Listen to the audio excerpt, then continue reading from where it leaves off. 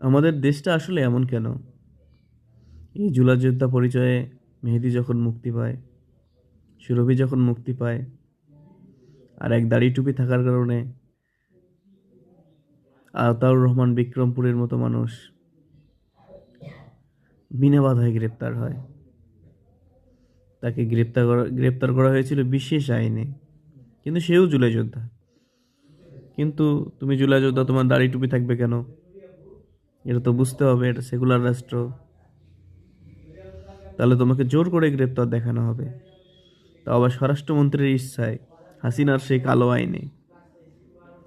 হাসিনার তৈরি করা কালো আইনে গ্রেপ্তার হয় আলেমরা। সেম জুলাই যোদ্ধা মাহাদি। হ্যাঁ, মাহাদি সুরভি মুক্তি পেয়েছে, এটাতে আমি খুশি হয়েছি। তাই বলে আমাদের বিক্রমপুরী হুজুরের বেলায় কি এমন হয়েছে? তাকে গ্রেপ্তার কেন করা হবে? স্বেচ্ছায় গ্রেপ্তার করে দিল স্বরাষ্ট্রমন্ত্রী। তাই গ্রেপ্তার করে কি বোঝাতে চাইলো? আলেমরা হলো আমাদের ভিত্তি। সেদিন যদি যাত্রাবাড়িতে আলেমের ছেলেপেলেরা না যাইতো, হ্যাঁ, মাদ্রাসার ছেলেপেলেরা না যাইতো, বাংলাদেশে মানে মেচাকার তৈরি হয়ে যেত। কত লোক শহীদ হয়েছে মাদ্রাসা থেকে।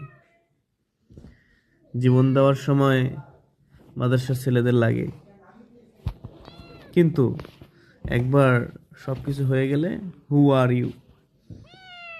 আমাদের উপদেষ্টা পরিষদের কথা বলি। এখানে কয়জন লোক ছিল যারা আন্দোলনের সাথে সম্পৃক্ত ছিল? এখানে বসো, এখানে বসো, এখানে বসো। ইসলাম প্রেমীদের মধ্যে নিল একজন মাত্র। দেখো, হুম, কি লাভ হলো?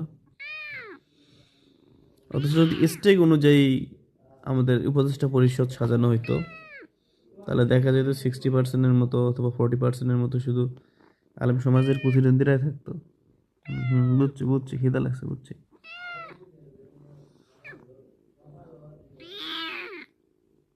কি অভিযোগ তোমার? হ্যাঁ, কই তোমার ভাইয়া কই? ওই কই? হুম, তো যেটা বলছিলাম, হুম, যেটা বলছিলাম, অবিলম্বে আতাউর রহমান বিক্রমপুরী ভাইয়ের মুক্তি দিন। গভর্নমেন্টকে অ্যান্টি ইসলামিস্ট হিসেবে তৈরি করবেন না।